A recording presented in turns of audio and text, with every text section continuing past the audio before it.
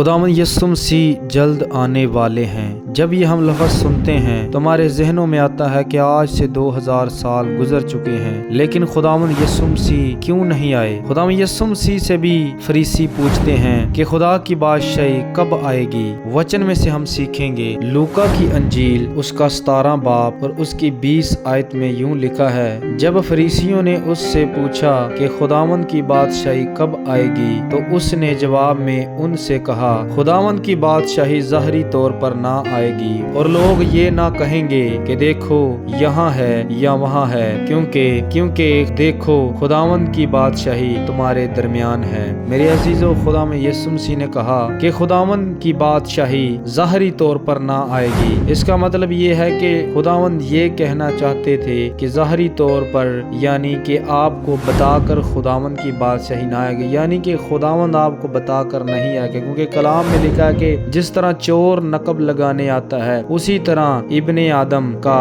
کسی کو بھی نہ پتا نہ گمان ہوگا کہ ابن آدم آ جائے گا۔ تو میرے عزیزو، آپ یہ نہ سوچیں کہ خدا میں یسوع مسیح کب آئیں گے یا کب آئیں گے یا آئیں گے یا نہیں آئیں گے، لیکن میں آپ سے یہی کہنا چاہتا ہوں کہ ہمیشہ اپنے آپ کو تیار رکھیں تاکہ جب بھی خدا میں یسوع مسیح آئے تو آپ کو ساتھ لے کر جائے۔ آگے وچن میں لکھا ہے، اس نے شاگردوں سے کہا، وہ دن آئے گا کہ تم کو ابن آدم کے دن میں سے ایک دن کو دیکھنے کی آرزو ہوگی اور نہ دیکھو گے۔ خداوند کے وچن میں لکھا ہے کہ ایک دن ایسا آئے گا، یعنی کہ خداوند یسوع مسیح اپنے شاگردوں کو کہہ رہے ہیں کہ ایک دن ایسا آئے گا کہ تم وہ میرا دن دیکھنا چاہو گے لیکن دیکھ نہ پاؤ گے، یعنی وہ دن جب خداوند یسوع مسیح ہمیں لینے کو آئیں گے، اس کے بارے میں خداوند یسوع مسیح نے فرمایا۔ اور آگے وچن میں لکھا ہے، اور لوگ تم سے کہیں گے کہ دیکھو وہاں ہے یا دیکھو یہاں ہے، مگر تم چلے نہ جانا ان کے پیچھے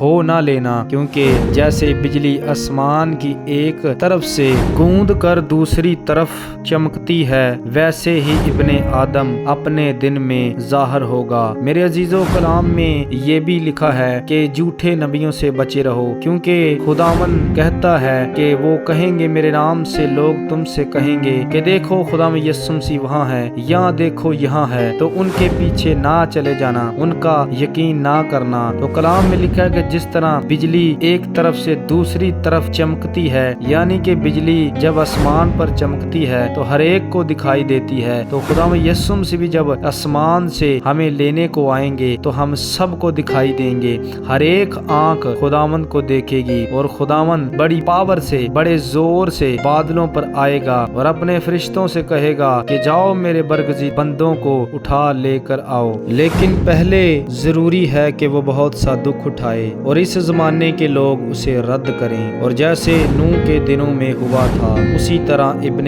آدم کے دن میں بھی ہوگا کہ لوگ کھاتے پیتے تھے اور ان میں بیاہ شادی ہوتا تھا، اس دن تک جب نوح کشتی میں داخل نہ ہوا اور طوفان نے آ کر سب کو ہلاک کیا، اور جیسے لوط کے دنوں میں ہوا تھا کہ لوگ کھاتے پیتے اور خرید و فروخت کرتے اور درخت لگاتے اور گھر بناتے تھے، لیکن جس دن لوط سدوم سے نکلا، آگ اور گندک نے آسمان سے برس کر سب کو ہلاک کیا، ابن آدم کے ظاہر ہونے کے دن بھی ایسا ہی ہوگا۔ اس دن جو کوٹھے پر ہو اور اس کا سامان گھر میں ہو وہ اسے لینے کو نہ اترے، اور اسی طرح جو کھیت میں ہو وہ پیچھے کو نہ لوٹے۔ لوط کی بیوی کو یاد رکھو۔ آگے 34 آیت میں لکھا ہے، میں تم سے کہتا ہوں کہ اس رات 2 آدمی ایک چارپائی پر سوتے ہوں گے، ایک لے لیا جائے گا اور دوسرا چھوڑ دیا جائے گا۔ تو میرے عزیزو،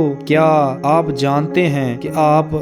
خداوند کے ساتھ اٹھائے جائیں گے یا نہیں اٹھائے جائیں گے؟ میرے عزیزو، اسی لیے ہمیں چاہیے کہ خداوند کا آنے کا انتظار ہمیشہ کرنا چاہیے، کیونکہ خداوند نے کہا کہ جس طرح چور نقب لگانے آتا ہے ابن آدم بھی ایسے آئے گا، کسی کو گمان نہ ہوگا، کسی کو پتہ نہ ہوگا کہ کب میں آ گیا۔ اور میرے عزیزو، اسی لیے ہمیں ان چست کواریوں کی طرح رہنا چاہیے جنہوں نے خداوند کے آنے سے پہلے اپنے آپ کو تیار رکھا تھا۔ میرے عزیزو، اس کلام میں صاف صاف لکھا ہے کہ خداوند کا آنا نکٹ ہے، خداوند جلد آنے والا ہے، اور خداوند کے آنے سے پہلے ہم اپنے آپ کو تیار رکھیں۔ تو اس وچن کے دوارا خدا یسوع آپ سب کو برکت دے۔ تو جو اس چینل پر نئے آئے ہیں، اس چینل کو سبسکرائب کر لیں تاکہ گہرے وچن کی ویڈیو آپ تک پہنچ سکے۔ خداوند آپ سب کو برکت دے۔